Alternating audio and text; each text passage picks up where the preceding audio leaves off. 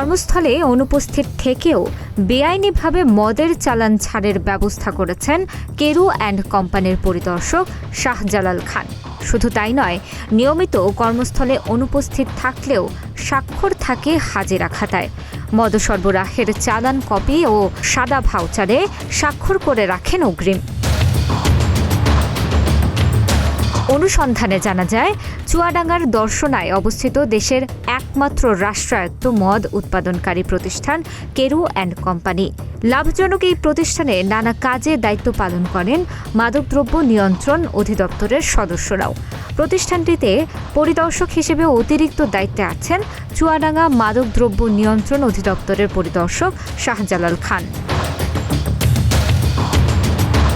শাহজালাল খানের বিরুদ্ধে অভিযোগ, কর্মস্থলে অনুপস্থিত থেকেও নিয়মিত স্বাক্ষর করেন হাজিরা খাতায়। এমনকি অনুপস্থিতির মধ্যেই বেআইনিভাবে ব্যবস্থা করেন মদের চালান ছাড়ের। গেল 18 ও 19 মে ছুটি নিয়ে ঢাকায় অবস্থান করলেও 19 মে দুপুরে 1000 বাক্স ফরেন লিকারের একটি চালান ঢাকার মতিঝিলে পাঠানো হয় তার স্বাক্ষরে। অথচ মাদকদ্রব্য নিয়ন্ত্রণ অধিদপ্তরের নিজস্ব হাজিরা খাতায় 18 ও 19 মে নৈমিত্তিক ছুটি দেখাচ্ছে তার। কর্মস্থলে অনুপস্থিত থেকে মদের চালান ছাড় কিংবা ভুয়া স্বাক্ষরই নয়, বরং মদ সরবরাহের চালান কপিতে অগ্রিম স্বাক্ষর করে রাখার অভিযোগও রয়েছে তার বিরুদ্ধে। কার্যালয়ে গুরুত্বপূর্ণ চালান ও সাদা ভাউচারে মিলছে তার অগ্রিম স্বাক্ষর।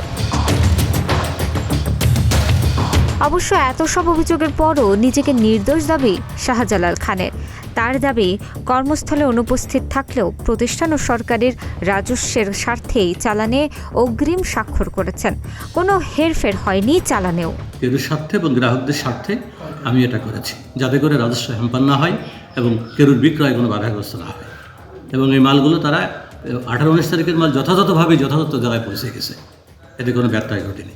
তবে শাহজালাল খানের এমন বেআইনি কাজে কেরু অ্যান্ড কোম্পানিতে উৎপাদিত মদ নিজস্ব পরিবহনে সরবরাহ ও বিক্রয় সংক্রান্ত নানা নিয়মের কারণে খুব একটা এদিক ওদিক হওয়ার সম্ভাবনা নেই বলে দাবি প্রতিষ্ঠানটির মহাব্যবস্থাপক মোহাম্মদ রাজিবুল ইসলাম। কেরু কোম্পানি থেকে যে চালান যে পণ্যাগার বা সেল সেন্টারের উদ্দেশ্যে যায়, সেটা কিন্তু আমাদের নিজস্ব পরিবহনে যায়।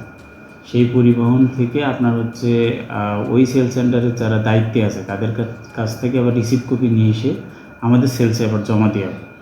সেই সেলসে অনুযায়ী আমাদের অ্যাকাউন্টস ডিপার্টমেন্ট তার কাছ থেকে টাকা আদায় করে, টাকা কালেকশন করে।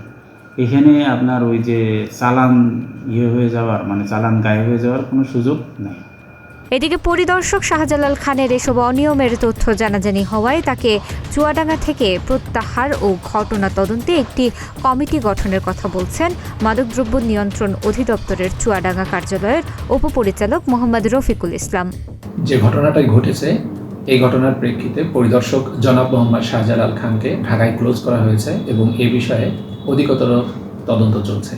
সরকারি প্রতিষ্ঠানের স্পর্শকাতর দায়িত্বে পরিদর্শক শাহজালাল খানের এমন বেআইনি কর্মকাণ্ড একটি নেতিবাচক দৃষ্টান্ত তৈরি করবে বলে মত স্থানীয়দের। ডেস্ক নিউজ, প্রতিদিনের বাংলাদেশ।